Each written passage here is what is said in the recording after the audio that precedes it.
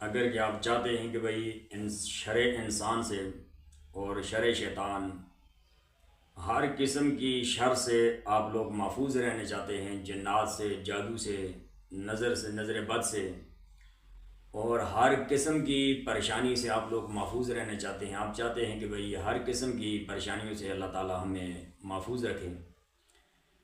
تو آج جو چیز میں آپ کو دے رہا ہوں بہت ہی سمپل اور بہت ہی آسان، بہت ہی زبردست اور باکمال، ہزاروں کروڑوں لوگوں نے اس کو آزمایا ہے، رب کا فضل ہوا ہے، یہ رب کا قرآن ہے۔ آپ نے اس طرح کرنا ہے کہ بھئی نماز فجر ادا کرنی ہے، نماز فجر ادا کرنے کے بعد آپ نے اسی مقام پر بیٹھ کر 21 مرتبہ درود ابراہیمی 21 مرتبہ پڑھ کر اس کے بعد 21 مرتبہ آیت الکرسی اللہ لا الہ الا هو الحی القیوم 21 مرتبہ آیت الکرسی پڑھ کر اس کے بعد آخری 3 کل سورہ فلق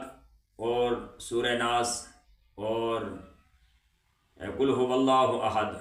یعنی سب سے پہلے قل هو اللہ احد، پھر سورہ فلق اور اس کے بعد سورہ ناس، تین مرتبہ پڑھ کر آخر میں پھر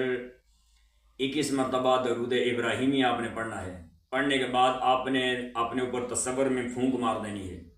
اور آپ کا اگر دفتر ہے، دفتر کا کوئی معاملہ ہے، تصور میں دفتر کی طرف آپ نے پھونک مارنی ہے، اپنی بیوی بچوں کے اوپر پھونک مارنی ہے، اپنے گھر کا تصور کر کے آپ نے پھونک لگا دینی ہے۔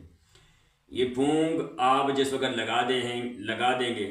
تو یاد رکھیے کہ یہ یقین اعتبار آپ کا کامل ہونا لازم ہے کہ یہ اللہ کا قرآن ہے، اس کے اندر کوئی شک و شبہ نہیں ہے۔ انشاءاللہ رب تعالیٰ فضل فرماتا ہے، مالک کرم کرتا ہے، اپنے قرآن کے ذریعے مالک تعالیٰ مہربانی فرما دیتے ہیں۔ لیکن جب تک آپ نے صبح کی نماز پڑھ کر یہ حصار آپ نے کر دیا، اور نماز مغرب تک کوئی، میں یقین سے کہتا ہوں کہ آپ کو کوئی بال بھی بانکا نہیں کر سکتا،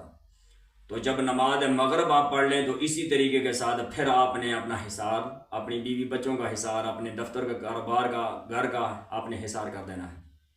رب تعالیٰ فضل فرمائے گا انشاءاللہ، رب تعالیٰ آپ کے اوپر اپنا کرم فرمائے گا، اور حاسدین کے حسد، دشمن کی دشمنیوں سے، اور جنات کے شر سے، اور جادو سے، نظر بد سے انشاءاللہ آپ لوگ اللہ تعالیٰ کی حفاظت میں رہیں گے۔ اللہ تعالیٰ سے دعا ہے کہ رب تعالیٰ فضل فرمائے۔